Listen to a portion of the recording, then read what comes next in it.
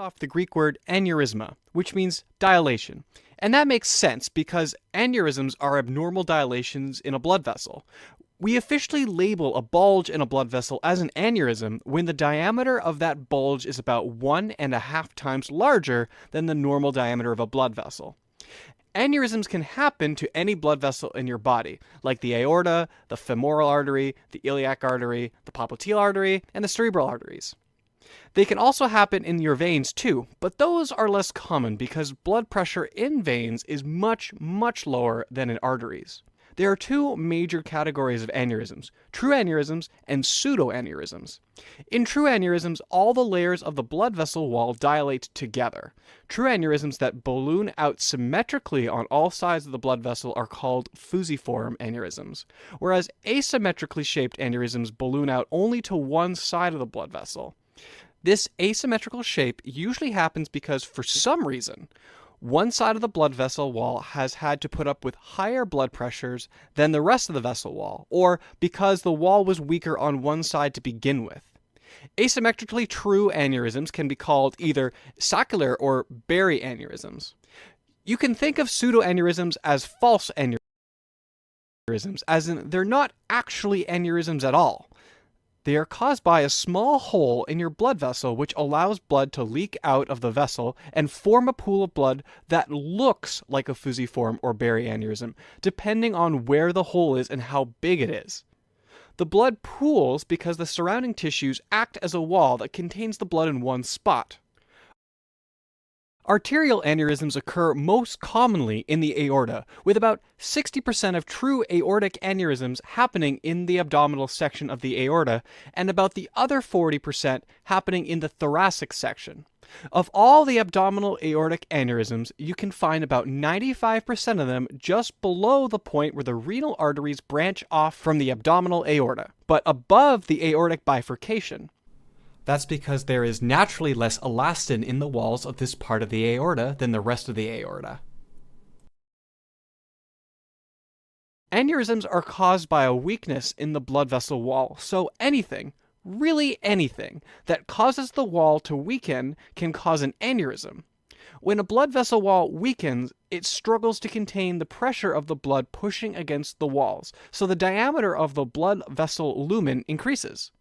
On top of this, pressure tension on the blood vessel walls increases as the diameter of the lumen increases thanks to Laplace's law, making the aneurysm diameter even bigger, creating this cycle of continuous bulging. You've likely experienced this when you blow up a balloon. The first breath into the balloon is tough, but the next several breaths are pretty easy. This is why aneurysms usually get bigger over time. It's because of this positive feedback loop.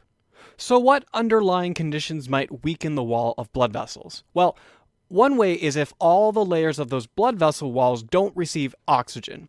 Typically, the cells of the vessel walls are able to get oxygen from blood as it flows by. But in the first section of the aorta, where the walls are super thick and muscular in order to handle all that blood pressure coming from the heart, they need to have their own set of blood vessels that supply the tunica media and the tunica externa. We call these special blood vessels vasa vasorum.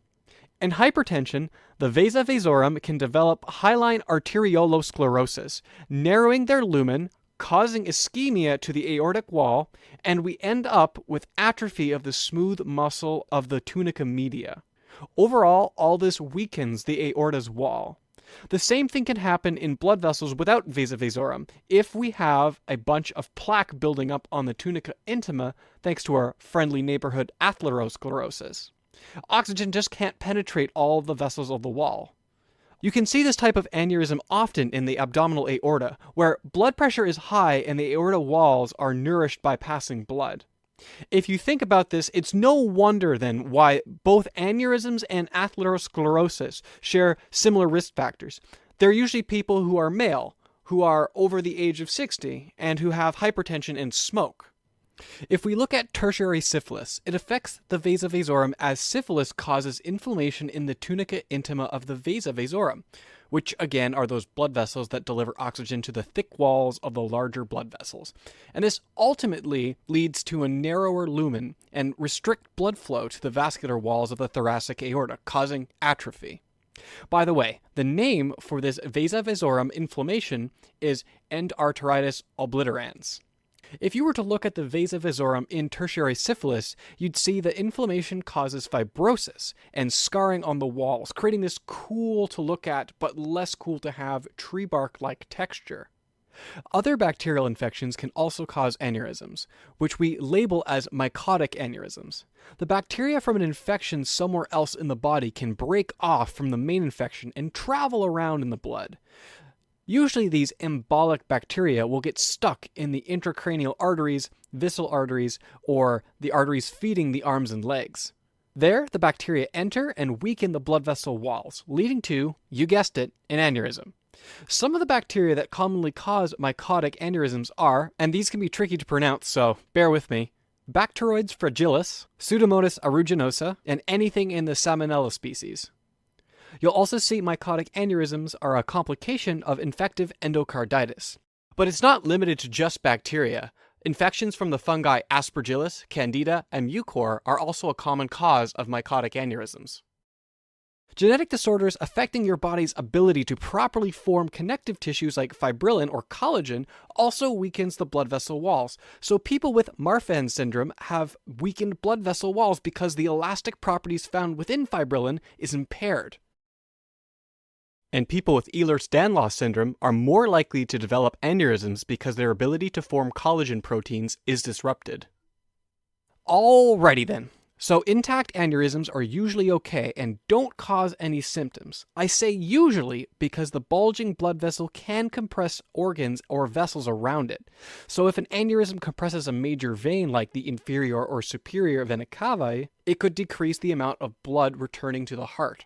Usually though, the big worry with aneurysms is the possibility that they might explode, or more like rupture.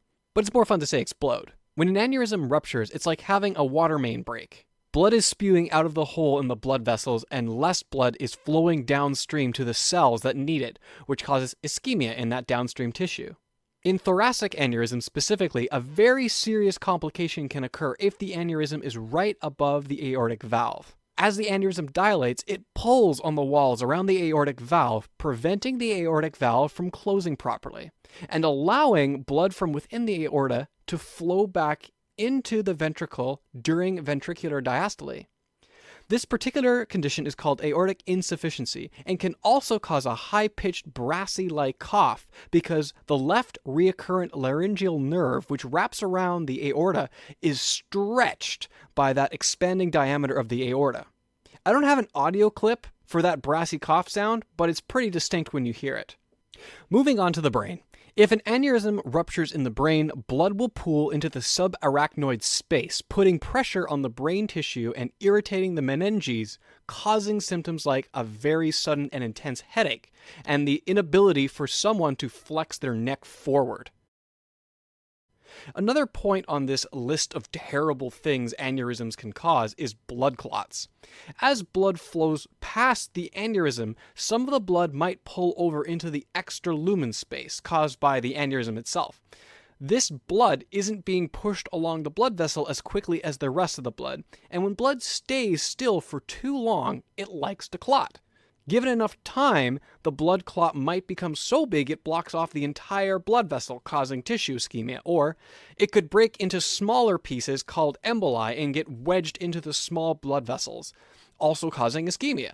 As an aside, it's kind of nifty that the clotting property of blood is really useful to stop blood from leaking out of blood vessels, but it also happens to be really, really deadly if it stops the blood from moving altogether. Honestly, blood coagulation could be the plot for like the third installment of the Speed movies. Okay, back on track. Abdominal aortic aneurysms sometimes have signs and symptoms, and sometimes they don't, even if the aneurysm has ruptured. Really severe pain in the left flank, which includes the abdomen, chest, lower back, as well as the groin, a pulsating mass that is in time with the heartbeat somewhere in this painful region, and hypotension occur in about 50% of aneurysms that have ruptured and are considered the classic signs of abdominal aortic aneurysm. Thoracic aorta aneurysms usually don't have any symptoms, although sometimes they can cause severe chest, back, and abdominal pain.